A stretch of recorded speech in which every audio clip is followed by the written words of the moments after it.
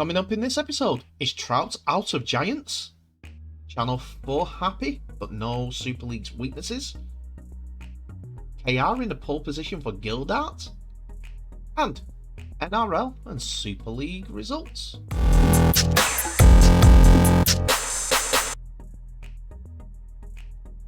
Hello ladies and gentlemen, and welcome back to the channel Held Dominance. Anthony here. Please remember to like and subscribe, and also click that notification bell if you enjoy what you've seen and if you want to continue seeing more.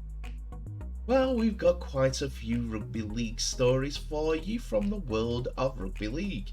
And we're going to have a couple at the end about scores that have happened already, because by the end of the episode we should have the results from the first two games from the NRL's Magic Round for 2023.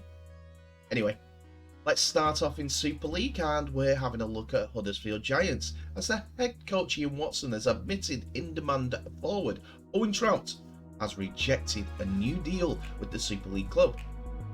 Trout has become one of the most sought after forwards in the competition, with his current deal at the John Smith Stadium coming to the end at the end of the 2023 season.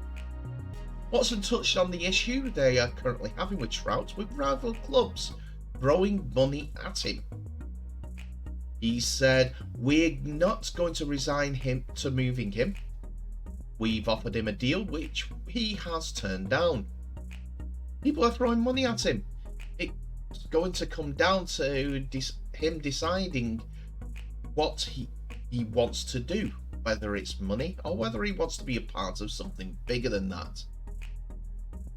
It's as long as he makes the right decision for his own family. Trouty has been an important player for us, hence why we're having a lot of clubs looking at him."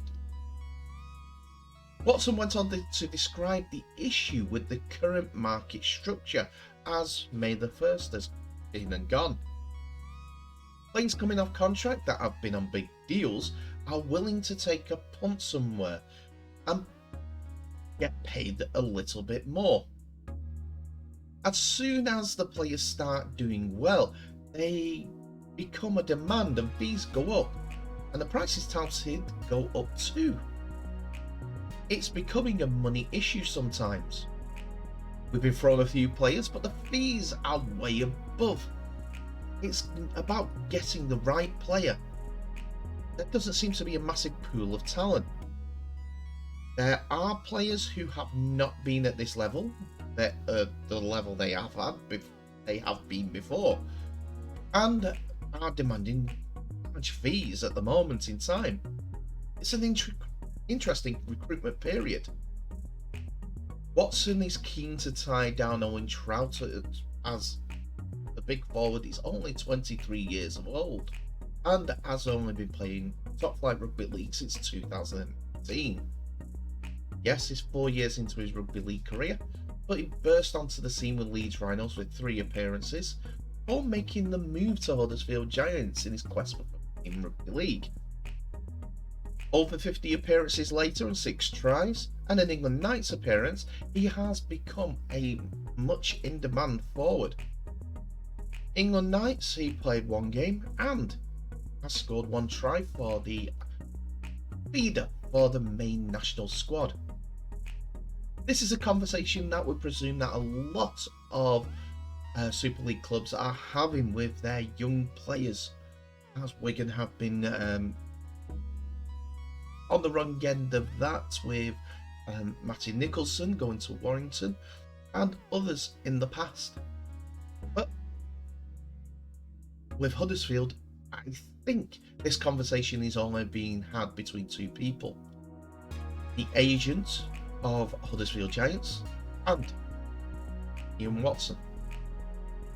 Gonna have to see how this unfolds, but I do feel that he will stay at Huddersfield, just if the right money comes along for him to sign on for an extended deal. Next we come to Channel 4, who are set to once more broadcast 10 Super League games throughout 2023. After signing a 2-year deal with the sport back at the start of the 2022 season, the terrestrial broadcaster has impressed viewers far and wide.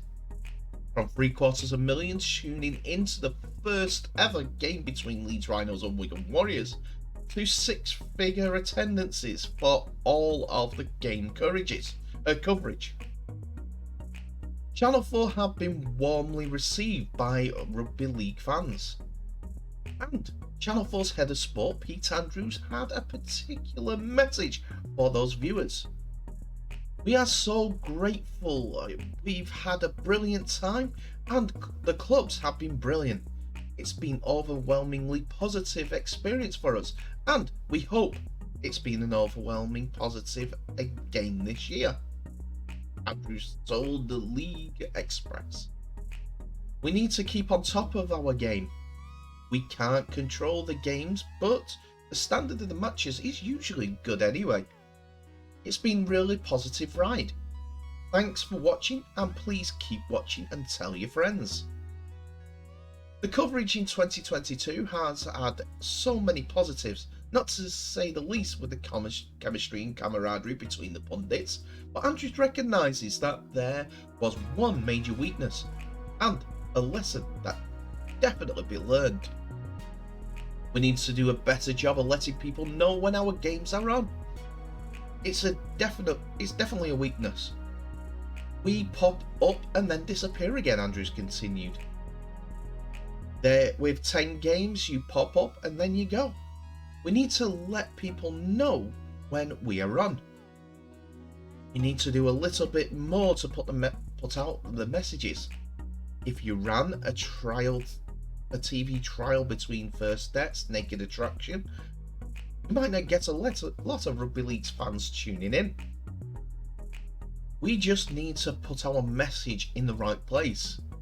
We need to be reaching for a new audience. I think someone's got onto the bandwagon of where Rugby League has its issues, getting the word out. We're not a team that goes out, well, a sport, should I say, that goes out 6 weeks in advance and saying, this is our game for this, this and this. Here's the games you should be watching, this, this and this. Here's why. We need to do more to grow our sport. I've always said it through this, and it keeps being the best kept secret in the world. People who tune in from Channel 4 or even on BBC with Wheelchair Rugby League have found it a fantastic spectacle, and everyone, I'm sure, comes back when they can. We need to keep those eyeballs, we need to grow those eyeballs, and the director of Channel 4 has exactly done what I said. Oh, actually said what I'm thinking. Next we return to the Robins of Hull, as Hull KR have emerged as a shot frontrunner to sign England international Oliver Gildart. Rugby League Live's understand Rovers lead the race to sign the former Wigan Warriors star, having made a late move to lure the centre back from the NRL. Gildart is currently contracted to the Dolphins, but is off contract at the end of the season. Now, despite a plethora of interest across Super League, Rovers are said to be in pole position in what will be a significant statement of intent ahead of the 2024 season. Still only 26, Gildart boosts an impressive pedigree. His time at Wigan saw him score 64 tries in 141 appearances. A two-time Grand Final winner who has also won the World Club Challenge during his time at the Warriors, and has 4 international caps for England and Great Britain. The British market is void of top quality centre options this year, so Gildart would not only be a coup in that sense too, but also not leaving Rovers needing to use a quota spot, which keeps our opens firmly wide open for Willie Peters when it comes to the rest of his recruitment for next year. The fact that Rovers have overcome the opposition for the high-profile player, something that hasn't been the case in the years gone by, is also notable signing intent. At the same time, Rovers' interest in Gildart doesn't directly spell the end of Captain Sean Kenny-Dowell. The veteran skipper is off contract at the end of the season, but with Ethan Ryan set to depart and wheelchair Tate already leaving for Castleford, and others such as Sam Wood and Jimmy Kynors also off contract at the end of the season, there is scope for Gildart to come alongside the Kiwi international, who has notably played on wing in recent weeks. Rovers are willing to give Kenny Dowell the time he needs to make the decision on his future. Gildart departed Wigan for West Tigers at the end of the 2021 season. Endured a difficult first year at the Warriors after returning mid-season from a serious injury. Nevertheless, he still landed himself an NRL contract with the Tigers and made 8 appearances for the club, before 2 further outings for Sydney Roosters where he went on loan. He was snapped up by Wayne Bennett and the Dolphins for the 2023 season, having previously worked with the Super Coach in the international setup. Now he looks set for a Super League return. A number of clubs have shown interest in Gildart in recent months. Leeds Rhinos have been attempting to bring him back on a loan deal last year, while there has been genuine interest from a number of clubs across the M62. However, it still seems the Robins are primed to acquire his services. And in this final segment of the episode, we're going to have a look at the games that have been played. So matters on the field, with 1 game played last night and 2 in the NRL today. We're going to go in order.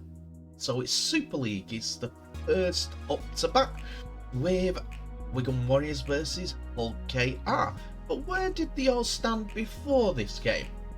Well, after round 10's fixtures, Wigan Warriors are top of the table after good results have catapulted them to 8 wins from 10.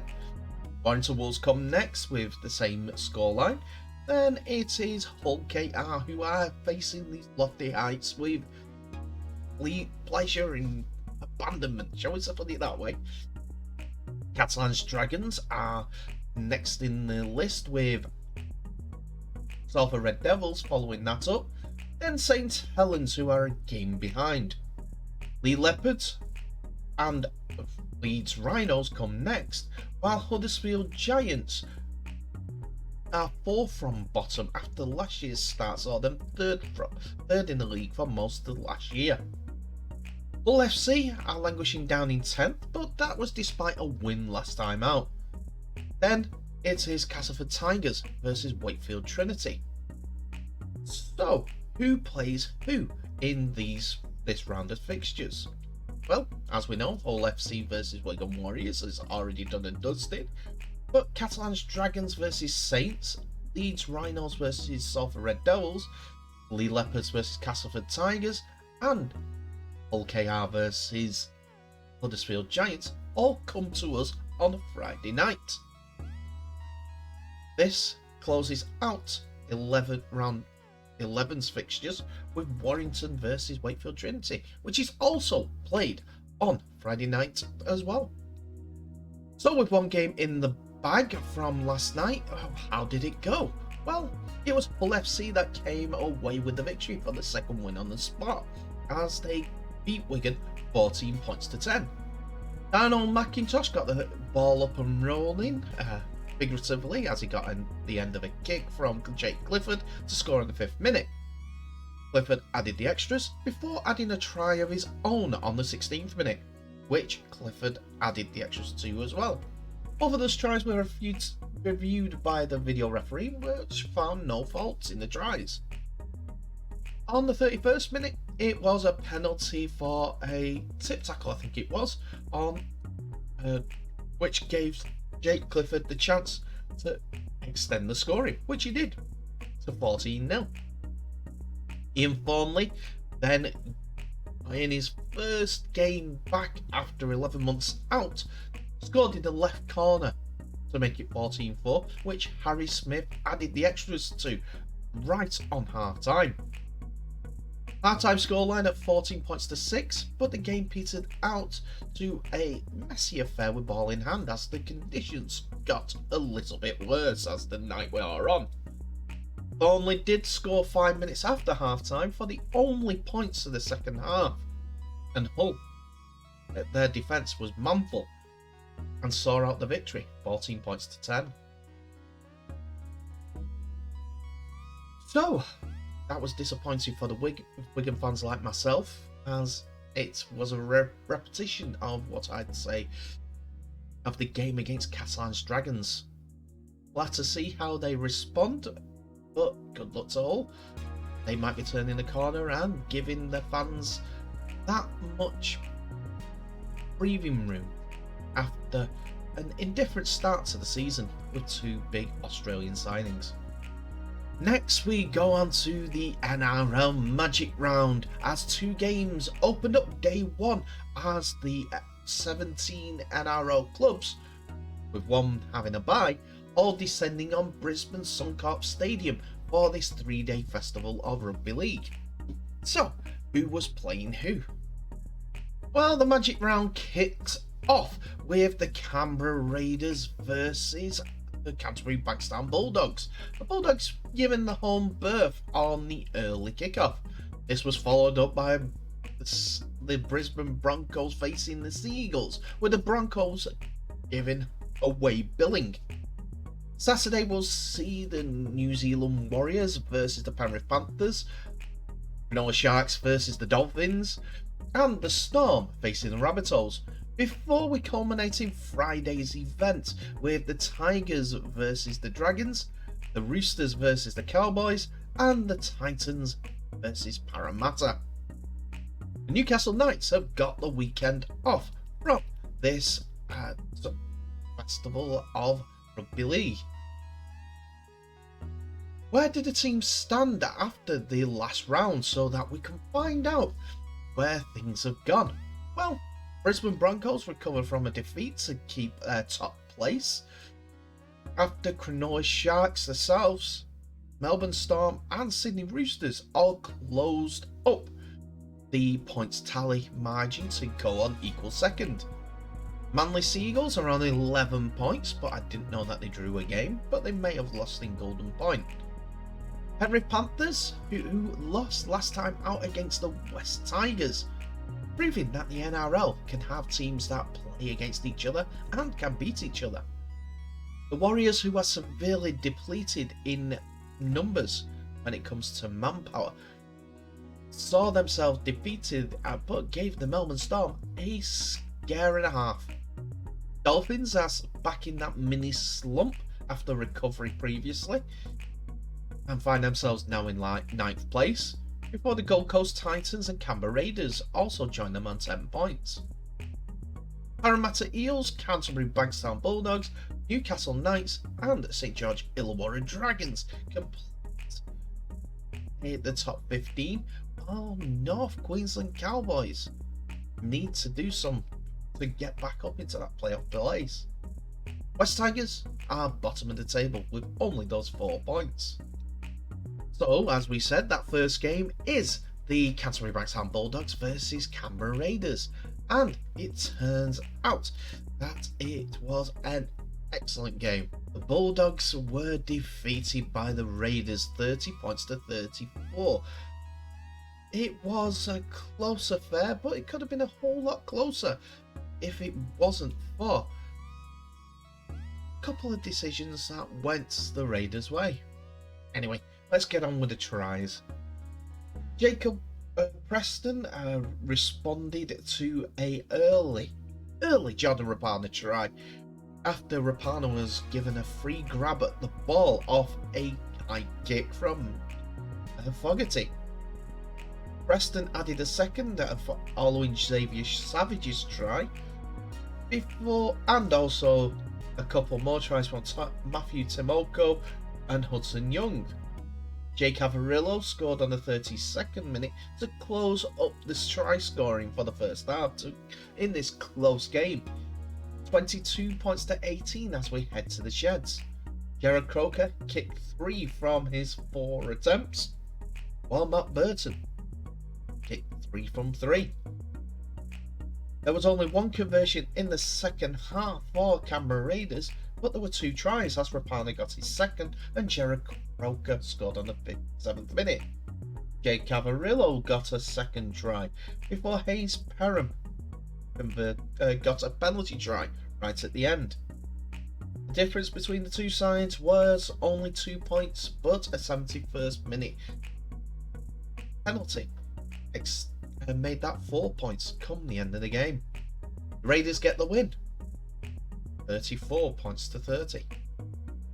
The second game between the Seagulls and the Broncos went the Broncos' way as they extended their lead at the top of the table.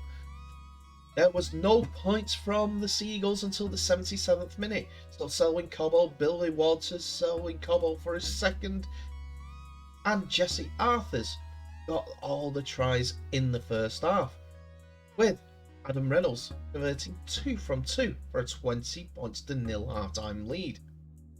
It wasn't until the 69th minute when Cobbo got his hat-trick before Herbie Farworth scored on the 72nd minute.